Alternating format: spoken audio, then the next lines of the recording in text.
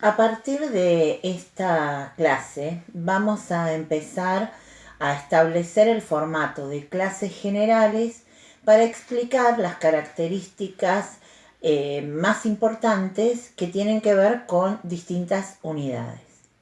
Junto con estas clases generales van a ir luego microclases. Las microclases son clases muy puntuales sobre algunos temas que nos importa destacar y que van a tener una duración mucho menor a la de las clases generales, en donde lo que vamos a hacer es hablar de una unidad. Nuestra idea es que incluso las microclases podamos hacer también sobre el bloque 1, más allá de que ya ahí quedó cerrado en el trabajo práctico integrador 1, alguna microclase también vamos a hacer como para aclarar algunos temas que nos parece que merecen esto. Dicho esta presentación general, vamos al tema que nos convoca en esta clase general. Esta clase general tiene que ver con la unidad número 6 del bloque 2 de Historia del Derecho y Constitucional Argentina. La unidad número 6 se llama La ruptura del orden colonial y remite, por otro lado, a la unidad 1 denominada La década revolucionaria, que era del plan correspondiente a Historia Constitucional Argentina, que es el del plan anterior. Bien, entonces, para que ahora sí unifiquemos todos los contenidos del plan anterior y este. Vamos a empezar por una cuestión clave, que es el hecho de que el inicio de este periodo da cuenta de el proceso revolucionario que va a vivir el Río de la Plata hacia 1810.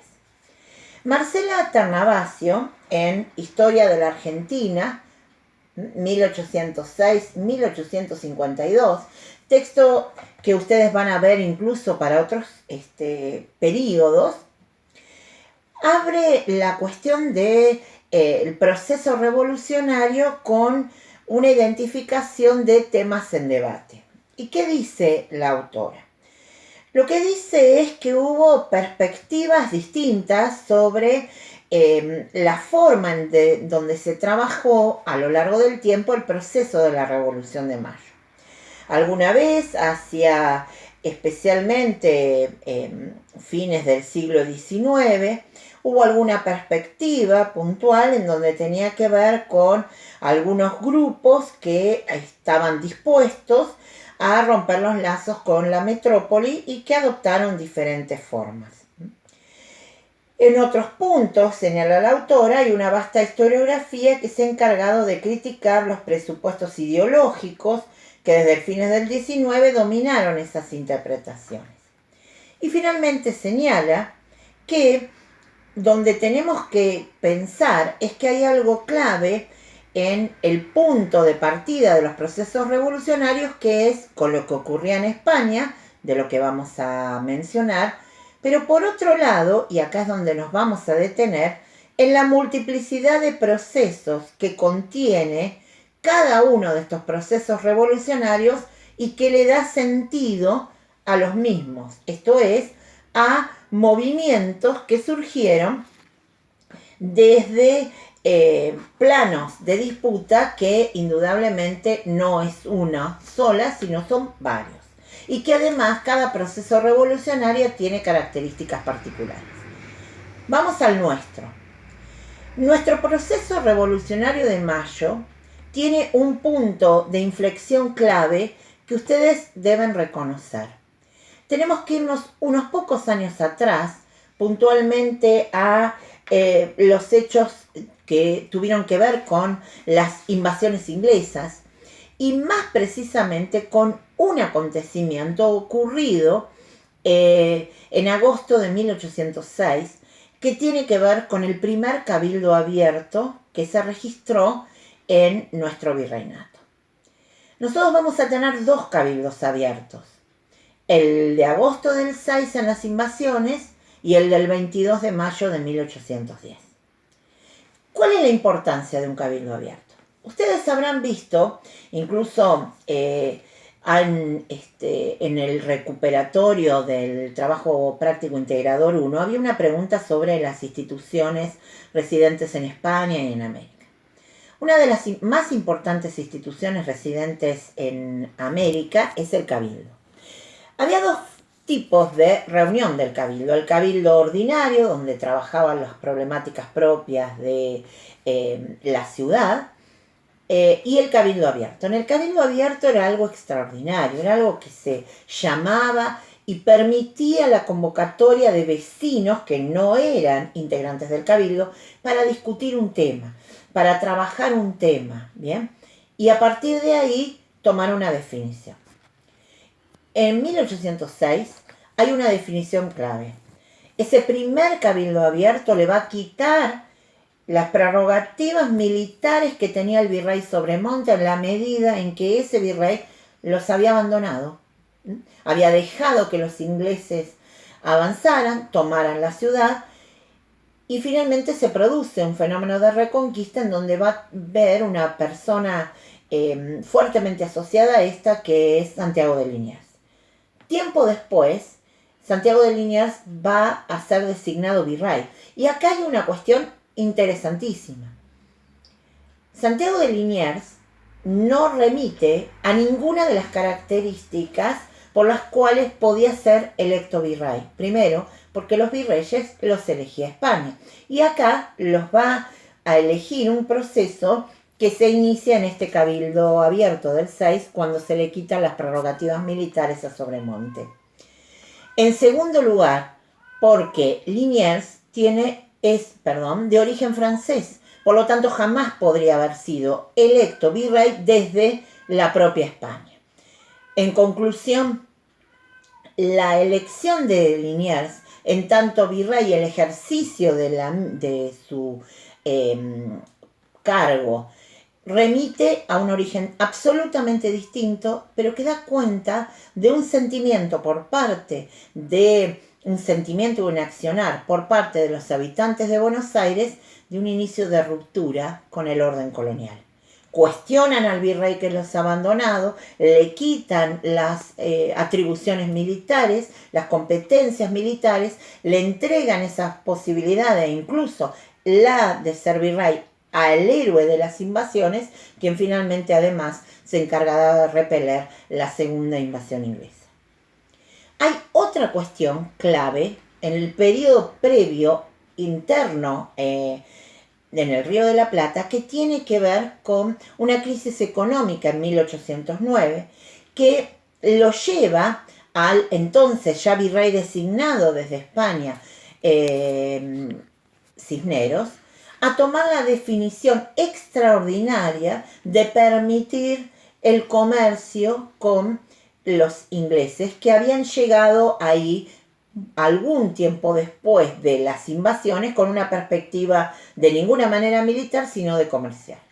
El comercio con los ingleses no estaba permitido en el orden colonial, de ninguna manera. Por lo tanto, esa situación daba cuenta de una perspectiva totalmente también de ruptura, con una cuestión o un aditamento también especial, que tiene que ver con el hecho de que en este caso quien toma la definición es el propio virrey Cisneros en acuerdo con la Real Audiencia. Indudablemente la causal más fuerte en el aspecto internacional, siguiendo lo que mencionaba Tannavasio, es la situación en España. Y que tiene que ver con el avance de las tropas napoleónicas sobre el territorio español, las definiciones del pueblo español de formar juntas reivindicando a la autoridad de Fernando VII como rey, y finalmente el avance completo de las fuerzas napoleónicas sobre la totalidad del territorio español, que implica además el hecho de que la última junta que reivindicaba el poder de Fernando VII cae en manos de las fuerzas napoleónicas. Su voluntad, o una de sus últimas comunicaciones, fue armen juntas como en España en relación a reivindicar la autoridad del rey, que pasa a ser un rey cautivo de Napoleón Bonaparte. El trono español es usurpado, queda en manos de uno de los hermanos de Napoleón Bonaparte, José Bonaparte, y a partir de ahí el inicio en general en América de los procesos revolucionarios asociados a esta causal internacional, pero no debemos dejar de mencionar, siguiendo lo que habíamos leído al comienzo, que si esa es la causal internacional que en gran medida nos unifica a los movimientos revolucionarios de 1810, cada uno de ellos tiene, por otro lado, algunas situaciones particulares. Las nuestras, como dijimos, fueron las invasiones inglesas y puntualmente el Cabildo Abierto de agosto de 1806 y luego la crisis económica de 1809 que habilitó el comercio, quebrando las pautas que habían sido dispuestas por el Imperio Español. Cuando se conoce la noticia de la caída de la Junta Central en España, se inicia el proceso rápido hacia la definición que se iba a tomar en el Río de la Plata. ¿Qué nos importa que sepan a partir de allí? Fíjense que en el programa, en los dos, de acuerdo a las unidades que mencioné, hace hincapié especialmente en los debates del 22 de mayo. Esos debates se dan en el seno del Cabildo Abierto. ¿Qué nos importa que ubiquen allí? Las diferentes opiniones, especialmente las de algunos que nos resultan fuertemente significativas. La del obispo Lués, que obviamente reivindica la autoridad de España hasta el fin de los tiempos y de las autoridades españolas, pero también la opinión especialmente del sector criollo, que obviamente pretende plantar desde ese cabildo la identificación de la necesidad de la ruptura. Es muy interesante en este punto, por ejemplo, la posición de Juan José Paso, la posición de Castelli. Digamos, lo que ustedes tienen que hacer ahí en la búsqueda de la bibliografía es identificar la opción hispana, que fundamentalmente es la del obispo Lués, y las otras que tienen que ver con la toma de decisiones. Por ejemplo, si yo tomara la opción de Juan José Paso, diría, es la idea de no podemos esperar a consultar al interior qué hacer, hay que tomar una decisión y luego sí avisar y transmitir qué es lo que vamos a realizar de ahora en más.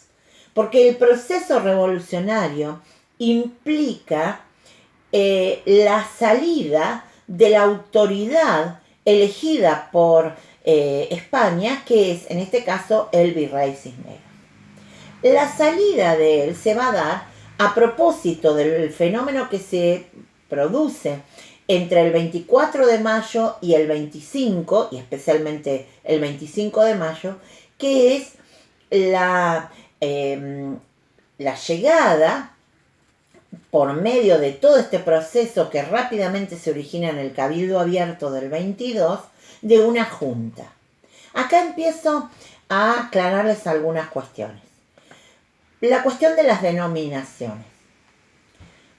Muchísimas veces yo supongo que varios de ustedes dirán, bueno, el 25 de mayo que se instauró la primera junta. Generalmente es el nombre que se ha más instalado. Pero el nombre que corresponde es Junta Provisional de Gobierno. Y es el que, en realidad, ellos mismos se denominaron. Y la debemos conocer así. Junta Provisional de Gobierno. ¿Por qué nos interesa remarcar no solo el hecho de denominar a las formas a las autoridades con el nombre que le corresponden, sino también porque el hecho de la definición de provisional da cuenta de algo no definitivo y da la idea de que esa junta en realidad aspiraba en algún momento a pasar a otra instancia. Me interesa destacar en las definiciones de la junta provisional la circular que se da 2 días después de su ubicación, que es el 27 de mayo del 10. En esa circular se informa a los pueblos del virreinato sobre la instalación de la Junta y se los invita a enviar diputados. ¿Para qué? Para justamente incorporarse a ellas e iniciar un proceso más amplio. En este sentido, el año de 1810 es un año muy agitado por esta definición de mayo y por todo el proceso que se inicia posteriormente, en donde la instalación de la Junta va acompañada de expediciones militares hacia distintos lugares del virreinato, justamente para dar a conocer lo que ha ocurrido en Buenos Aires, la toma de decisiones y también qué es lo que va a pasar de ahora en más. En esta clase en donde vamos a definir las cuestiones claves, nos interesa pasar a el final, digamos, o la transformación, en un punto también podríamos denominarla, de la Junta Provisional de Gobierno en la Junta Superior de Gobierno, hecho que se produce hacia finales de 1810. Esa Junta Superior de Gobierno es lo que quizás algunos de ustedes ubiquen con el nombre de la Junta Grande. ¿Por qué se la denominó mucho tiempo como la Junta Grande? Bueno, porque fue la incorporación de los diputados del interior a la Junta Provisional. En la discusión para el ingreso de esos diputados, hay 2 personas integrantes de la Junta Provisional que van a presentar la renuncia. Uno es Juan José Paso, el otro es Mariano Moreno. En el caso de Moreno, se le va a aceptar y se lo va a nombrar a cargo de una misión diplomática para que vaya hacia Inglaterra para iniciar actividades de vinculación allí. Moreno había sido clave en todo el proceso de la Junta Provisional de Gobierno. Y de hecho hay un punto que me parece muy interesante destacar, que fue el hecho de la creación de un órgano periodístico que se denominó La Gaceta, que fue el órgano por el cual la Junta Provisional notificaba a los ciudadanos de todas las definiciones que iba tomando, y de esa manera inicia un canal de diálogo desde quienes detentan el poder con la sociedad en general. Y eso es algo realmente muy destacable, y especialmente es obra de Mariano Moreno. La Junta Superior de Gobierno, que va a tener una vida efímera porque va a durar más o menos un año, nosotros nos interesa algo que ustedes van a ver en los documentos. En el aula virtual y también en la fanpage subimos documentos, ¿bien? Que tienen que ver con completar los temas que están en las lecturas obligatorias y que hacen a esta unidad. Allí ustedes pueden ver, por ejemplo, el reglamento de octubre de 1811. En realidad ese reglamento lo que hace es dar por finalizada, digamos, a la vida de la Junta Superior de Gobierno, transformada en Junta Conservadora. ¿Bien? Entonces, hay un cambio en esto, y la idea, por otro lado, que nos interesa, es el hecho de que ese primer estatuto provisional de 1811 es el primero que va a plantear la división de poderes. Es la primera vez que aparece en nuestra historia, luego de la ruptura con el orden colonial, la división de poderes: ejecutivo, legislativo, judicial. En realidad el legislativo queda en manos de la Junta Conservadora, y el ejecutivo está en manos de un triunvirato, y el judicial señala lo siguiente: el poder judicial es independiente y a él solo toca juzgar a los ciudadanos. El poder judicial será responsable del menor atentado que cometa en la substancia o en el modo contra la libertad y seguridad de los súbditos.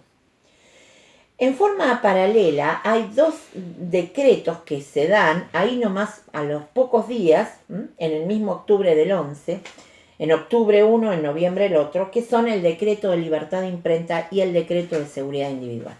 Ambos forman parte de los contenidos que están identificados en el punto 6.2 para Historia del Derecho y Constitucional Argentina y para el punto 1.2 para el de Historia Constitucional Argentina. ¿Por qué nos interesa? Y por eso vimos los documentos, por algunas cuestiones. Por ejemplo, ¿qué dice el decreto de libertad de imprenta? Todo hombre puede publicar sus ideas libremente y sin previa censura. Las disposiciones contrarias a esta libertad quedan sin efecto. Uno de los artículos más importantes. En el caso del decreto de seguridad individual dice, ningún ciudadano, en el artículo 1, ningún ciudadano puede ser penado ni expatriado sin que preceda forma de proceso y sentencia legal. Y en su artículo 2, ningún ciudadano puede ser arrestado sin prueba, al menos semiplena o indicios vehementes de crimen, que se harán constar en proceso informativo dentro de 3 días perentorios. Es muy interesante que trabajen estos decretos, que los lean, que se acerquen a ellos, porque son claves para, incluso como fuentes en principio como fuentes constitucionales. Para nuestra materia son claves porque inician una ruta que se va a ir ampliando y revisando a propósito de cada estatuto, de cada reglamento, hasta llegar al plano de una constitución. Nosotros entonces hemos tenido hasta ahora la Junta Provisional de Gobierno, la Junta Superior de Gobierno. Hemos visto una nueva construcción, en este caso del Ejecutivo, a cargo de un triunvirato. Luego, ese primer triunvirato también va a sufrir un proceso de desgaste y de un proceso revolucionario que va a llevar a un segundo triunvirato, y así vamos a llegar a la convocatoria de algo absolutamente clave para nosotros, que es la denominada Asamblea del año 13, punto 6.3 de uno de los programas, punto 1.3. ¿Por qué es importante la Asamblea del año 13? Llegamos a 1813 y hay dos cuestiones que no hemos definido. Y una tiene directa relación con la otra. No hemos declarado la independencia ni hemos sancionado una constitución. Por lo tanto, los objetivos fundamentales de la Asamblea son declarar la independencia y sancionar la Constitución. Se reúnen representantes, trabajan en distintos modelos de constitución, proyectos constitucionales, sobre eso van a tener alguna microclase también, pero sin embargo no pueden cumplir con ninguno de los dos objetivos. No declaran la independencia ni sancionan la Constitución. Sin embargo, toman una serie de medidas que son realmente cercanas a definiciones claramente independentistas y también en relación a discusiones que se dieron en los distintos proyectos de constitución. Por ejemplo, ¿cuáles son las medidas independentistas que tomaron? Y, por ejemplo, declararon una canción patria, un himno, ¿no? Consideran que debemos tener un himno. Dan cuenta entonces el himno como un símbolo que nos representa. Si alguna vez leyeron el texto del himno, verán que es claramente un himno que está hablando de un nuevo lugar, de algo que es claramente independiente, ¿bien? En este caso de España. Sin embargo, la definición de declarar la independencia no está. Pero tenemos himno, tenemos bandera, vamos a tener escarapela, escudo, la primer moneda. ¿Bien? Si toman una moneda, las monedas anteriores de un peso, si buscan una, van a ver que en esas monedas lo que hacían era un homenaje a la primer moneda de, de 1813 que tiene que ver con la asamblea. Bueno, ¿qué otras medidas tomaron? Que son, que demuestran que estamos hablando de una perspectiva independiente. Por ejemplo, todo lo que tiene que ver con la prohibición del uso de tormentos.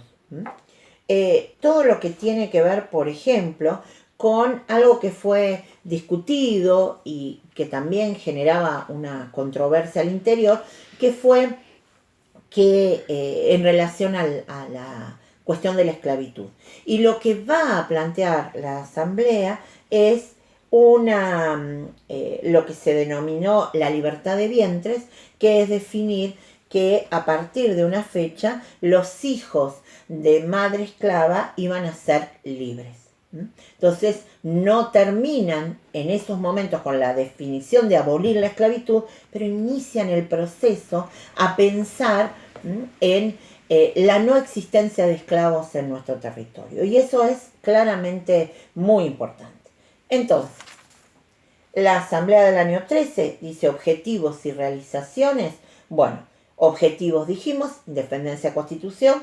Realizaciones no tienen que ver con haber logrado esos objetivos, pero sí hicieron muchas o tomaron muchas definiciones que tienen que ver con la cuestión independentista y tienen que ver con las discusiones que luego se van a dar en el marco de una constitución. No cumplió los objetivos previstos, pero sí tomaron definiciones que tuvieron que ver con ellas. En términos de otras definiciones, por ejemplo, van a llegar a definir la existencia de un poder ejecutivo unipersonal y a partir de ahí se crea el directorio. En 1815 vamos a tener el Estatuto Provisional. Dijimos primero era el Estatuto Provisional de 1811, ¿se acuerdan que era el primero que dividía los poderes? Bueno, vamos al 15, seguimos sin tener constitución, tampoco teníamos independencia. Y entonces surge el Estatuto de 1815. Me interesan algunas cuestiones para destacar, ustedes tienen en la carpeta de documentos. Artículo 1 del capítulo 1. Los derechos de los habitantes del Estado son la vida, la honra, la libertad, la igualdad, la propiedad y la seguridad. En uno de sus ítems dice, todo hombre gozará de estos 6 derechos en el territorio del Estado, sea americano o extranjero, sea ciudadano o no. Como religión del Estado, la religión católica, apostólica, romana, recuerden esta definición, religión del Estado. Y luego hablan de la ciudadanía, por ejemplo, y señalan que todo hombre libre, siempre que haya nacido y resida en el territorio del Estado, es ciudadano, pero no entrará en el ejercicio de estos derechos hasta que haya cumplido 25 años o sea emancipado. Me detengo en esto.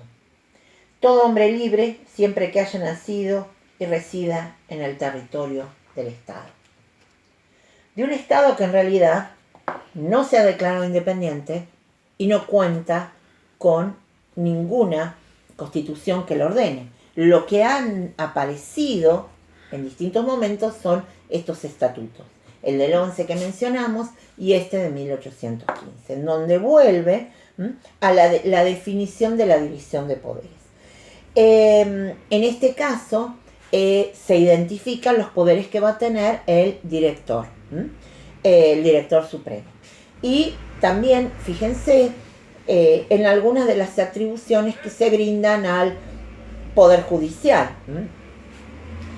y que tienen que ver con la situación que se vivía en este contexto. Entonces, ¿qué nos interesa que ustedes vean de, por ejemplo, hasta ahora el Estatuto Provisional del 11 y el Estatuto Provisorio de 1815? Bueno, nos interesa que puedan ver qué decían acerca de quién era ciudadano, cuál era la religión, cuáles derechos se indicaban, si se indicaban o no, cuáles eran los tres poderes a cargo de quién estaban y una o dos funciones que tuvieran. Eso es lo que me interesa que vayan cuando lean los documentos anotando, ¿bien? Tal como hemos hecho hasta ahora. Nosotros leemos el documento, lo vemos acá en las fuentes de la carpeta que les enviamos. Piensen que cuando tengan que hacer primero algún trabajo práctico y luego el parcial, ustedes van a tener todos estos elementos, ¿bien? Van a estar con sus carpetas, con sus apuntes, porque no va a ser algo como hacíamos los parciales presenciales, en donde llegaban, tenían sus hojas, le dictábamos unas preguntas y desarrollaban. Este tipo de parciales va a ser a libro abierto, pero eso significa que cuando llegue esa instancia, ustedes tengan que haber leído, trabajado los documentos, haber hecho algunos resúmenes. Entonces, por ejemplo, todas estas cuestiones que vamos mencionando, vayan siguiéndolas luego con el documento, ¿bien? Tomando nota, haciendo sus apuntes, tengan a mano los mismos, por ejemplo, cuando hagan el trabajo práctico y sin dudarlo cuando estén frente al parcial. En 1816, hacia 1816, la definición para volver a retomar los objetivos que se habían planteado en el 13 y que no habían podido cumplirse, vuelve a presentarse. Se convoca a un Congreso General Constituyente, a un Congreso General para declarar la independencia y la Constitución. Congreso que se inicia en Tucumán. En ese Congreso, indudablemente, la definición primera y clave que debía tomarse era la independencia. Sin embargo, si uno ve el orden que tenían en los temas a tratar, la independencia no estaba en el primero. En estos momentos, San Martín estaba en Cuyo organizando un ejército con vistas a iniciar los procesos de independencia que llevarían hacia el Perú. El Perú era el centro del poder militar en América del Sur. En enero del 16, San Martín le manda una carta a Godoy Cruz que le dice lo siguiente.